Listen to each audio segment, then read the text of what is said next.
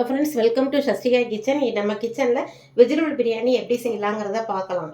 இது வீட்டில் இருக்கக்கூடிய பொருளை வச்சு நம்ம வேகமாக பண்ணிடலாம். ஸ்கூலுக்கு போகும்போது குழந்தைகளுக்கு ரொம்ப வேகமாக இந்த பிரியாணி செஞ்சு கொடுக்கலாம். இதில் சத்தும் அதிகமாக இருக்கும், காய்கறியும் நம்ம சேர்த்த மாதிரி இருக்கும்.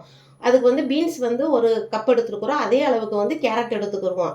பச்சை பட்டாணி ஒரு அரை கப் எடுத்துருக்கிறேன். இல்லை காஞ்ச பட்டாணி கூட எடுத்து ஊற வச்சு கூட அதையும் கூட சேர்த்துக்கலாம்.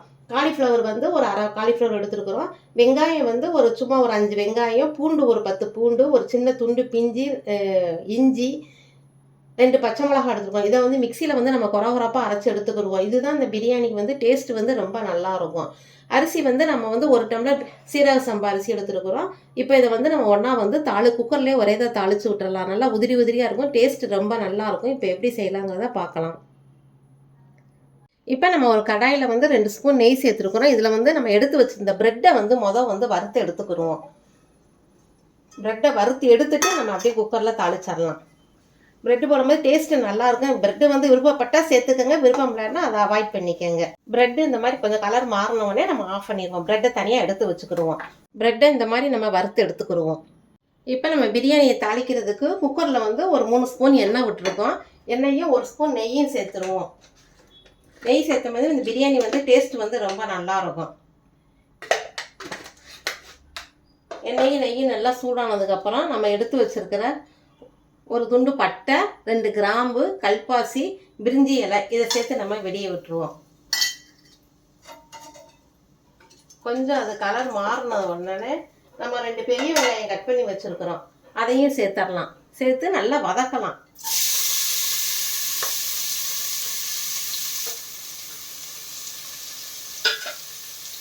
வெங்காயம் கலர் மாறினாதான் பிரியாணி டேஸ்ட் ரொம்ப நல்லா இருக்கும்.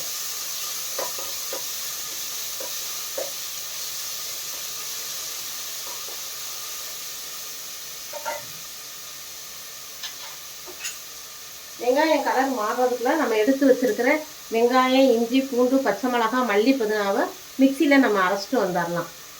வெங்காயத்தோட கலர் பாருங்க, நல்லா மாறி இருக்குது பாருங்க. வெங்காயத்தோட கலர் மாறினது உடனே நம்ம அரைச்சி வச்சிருந்த வெங்காயம், பூண்டு, இஞ்சி, மல்லி, புதினா இது சேர்த்து வதக்குவோம். இதுதான் இந்த பிரியாணி டேஸ்ட் ரொம்ப நல்லா இருக்கும்.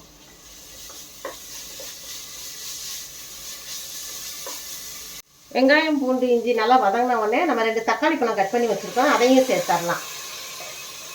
இந்த பிரியாணி ரொம்ப வேகமாக பண்ணிடலாம். காயெல்லாம் நீங்கள் நைட்டே கட் பண்ணி வச்சிட்டிங்கன்னா கூட ஸ்கூலுக்கு போகிற குழந்தைங்களுக்கு காலையில் வேகமாக தாளித்து கொடுத்து விட்றலாம். இந்த வெங்காயம் தக்காளியோட பச்சை ஸ்மெல் போனதுக்கப்புறம் நம்ம எடுத்து வச்சுருந்த காயை சேர்த்துடலாம். வெஜிடபிள்ஸ் எல்லாம் வெங்காயம் தக்காளி இங்கே பாருங்க நல்லா வதங்கிருச்சு. வதங்கினதுக்கப்புறம் நம்ம எடுத்து வச்சுருந்த வெஜிடபிள்ஸ் எல்லாம் சேர்த்துடலாம். பீன்ஸ், கேரட், காலிஃப்ளவர்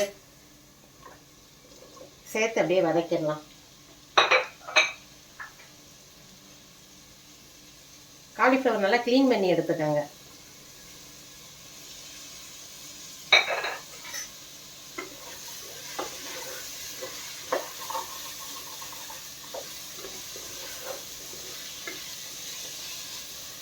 காயெல்லாம் சேர்த்து நம்ம வதக்கிட்டு இருக்க மேலே இந்த பிரியாணிக்கு தேவையான மிளகாப்பொடி, வீட்டில் அரைச்ச மிளகாப்பொடி தான் போடுறோம். ஏற்கனவே 2 மிளகா அரைச்சி வர ஊற்றிருக்கேன். நல்லா கொஞ்சம் மட்டும் போட்டால் போதும்.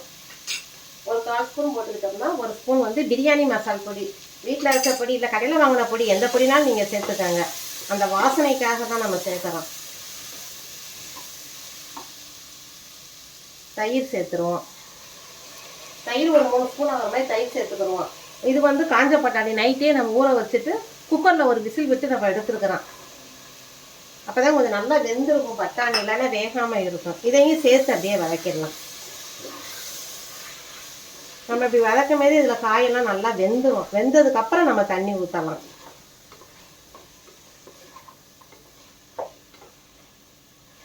இந்த மசாலுக்கு தேவையான உப்பு கொஞ்சம் சேர்த்துருவோம். இப்போ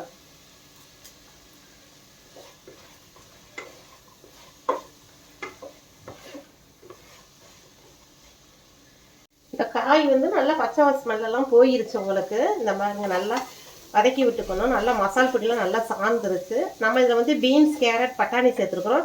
நீங்கள் வேறு காய் உருளைக்கிழங்கு, சோயா இதெல்லாம் கூட சேர்த்துக்கலாம். டேஸ்ட்டு ரொம்ப நல்லாயிருக்கும். வதங்கினதுக்கப்புறம் நம்ம தண்ணி 1 டம்ளர் அரிசி எடுத்துருக்கோம். இதில் வந்து நம்ம 2 டம்ளர் தண்ணி சேர்த்துக்கிறோம். இதுக்கு தேங்காய் பால் வந்து ஒரு 1/4 டம்ளர் மட்டும் பால் எடுத்துருக்கிறேன். அது போக வந்து தண்ணியும் சேர்த்துக்கிடுவோம்.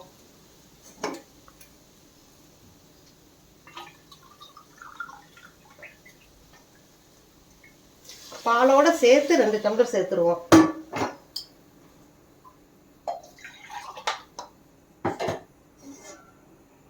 ஒரு 10 நிமிஷம் ஊற வச்சிடலாம். அரிசியை ஊறினாதான் சாதம் நல்லா பொழு பொழுன்னு இருக்கும்.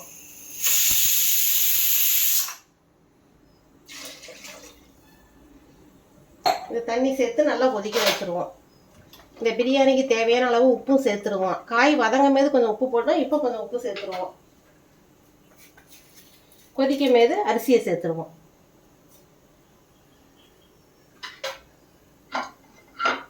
இப்போ மூடி வச்சிடலாம். தண்ணி இந்த மாதிரி நல்லா தளதளன்னு கொதிக்கணும். கொதிக்கும் போது நம்ம எடுத்து வச்சிருந்த அரிசியை வந்து தண்ணி இல்லாமல் நல்லா கழுவி இந்த மாதிரி சேர்த்துருவோம்.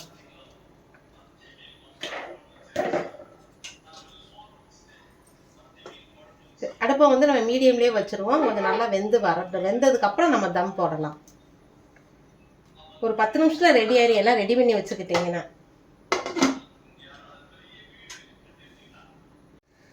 அரிசியும் சாதமும் இங்கே அரிசி பாருங்கள் நல்லா வெந்திருக்குது பாருங்கள். அரை வேக்காடாக இருக்குது.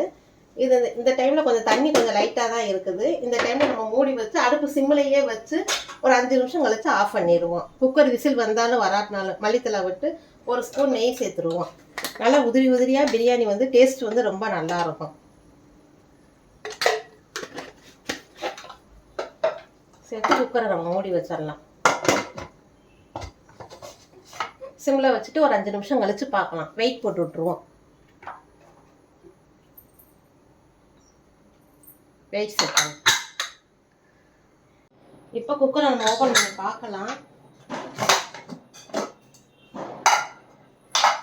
பாருங்க, சாதம் நல்லா உதிரி உதிரியாக நல்லா வெந்திருக்குது. நல்லா பொழு பொழுன்னு இருக்குது. ரொம்ப வேகமாக பண்ணிடலாம். நம்ம சீரக சம்பா பிரியாணி ரைஸில் பண்ணியிருக்கோம். நீங்கள் வீட்டில் செய்யக்கூடிய சாப்பாட்டு அரிசியில் கூட பண்ணுங்கள். டேஸ்ட்டு ரொம்ப நல்லா இருக்கும். தண்ணி மட்டும் ஒரு 1/2 டம்ளர் சேர்த்து ஊற்றுனீங்கன்னா டேஸ்ட்டு ரொம்ப நல்லா இருக்கும். அரிசி பாருங்கள் எவ்வளோ நல்லா உதிரி உதிரியாக இருக்குது. இந்த டைமில் நம்ம ஏற்கனவே வறுத்து வச்சுருந்தா ப்ரெட்டை வந்து சேர்த்துருவோம். ப்ரெட்டு சேர்த்துருக்கோம். இதில் வந்து முந்திரி பருப்பு வறுத்து சேர்க்கலாம். பன்னீர் வறுத்தும் கூட நம்ம சேர்த்தோம்னா டேஸ்ட் இன்னும் நல்லா இருக்கும். செஞ்சு பாருங்க. சாதம் எடுத்தால் ஒன்றோட ஒன்றும் ஒட்டாமல் இருக்குது.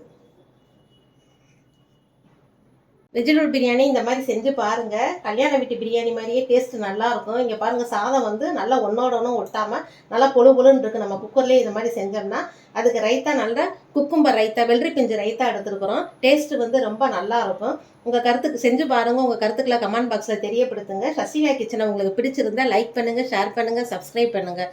ஓகே, பாய்.